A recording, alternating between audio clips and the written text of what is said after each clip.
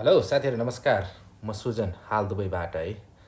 आज चाहिँ मैले तपाईहरुको लागि एकदम खुसीको खबर लिएर आएको छु। स्पेशली तपाईहरु दुबईमा हुनुहुन्छ भने है।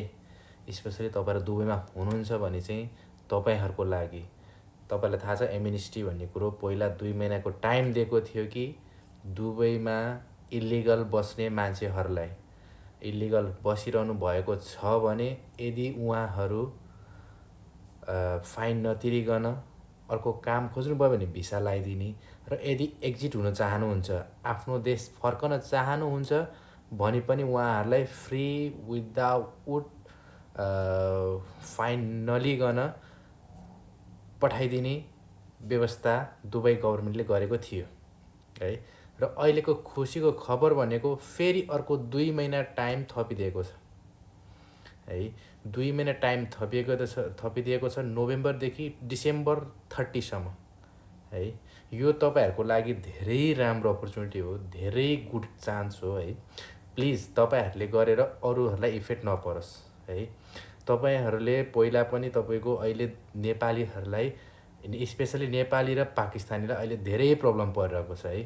तपाईहरुलाई यत्रो चान्स दिएको छ कि फाइन तिर्नु पर्दैन, आफ्नो देश जाने भने जानुस्, नयाँ कम्पनी खोल्ने भयो नि खोल्नुस्।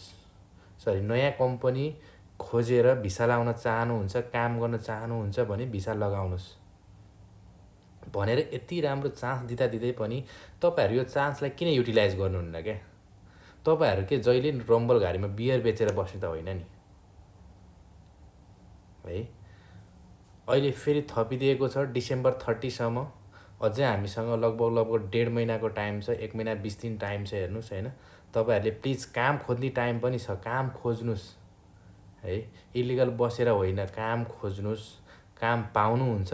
र 2 महिनाको बिचमा काम पाएन भने तपाईहरु चाहिँ अमीर सेन्टर मैले अगाडिचोटि नै भिडियो बनाइसकेको छु यसको बारेमा है। अमीर सेन्टरमा गएर तपाईको हरेक लोकेसनमा छ, हरेक लोकेसनमा छ है। तपाईलाई म फेरि पनि यहाँ राखिदिन्छु है। हरेक ठाउँमा छ यसको हैन अफिस, यो गभर्नमेन्टकै अफिस हो।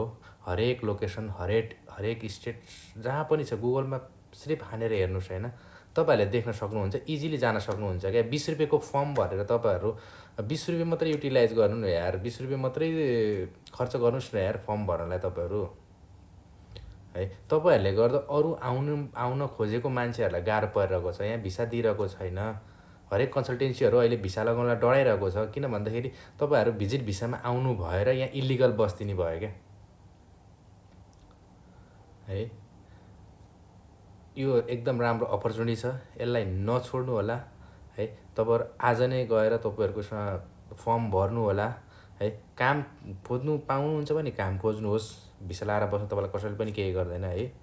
र तपाईहरु एकचोटि नेपाल गएर फेरि आउन सक्नुहुन्छ यो भिसामा है। तपाईहरुलाई कुनै पनि ब्यान, कुनै पनि रोकटोक केही पनि हुने छैन है। ल आजको यो भिडियो कस्तो लाग्यो हैन त सबैलाई शेयर गरिदिनु होला यो भिडियो।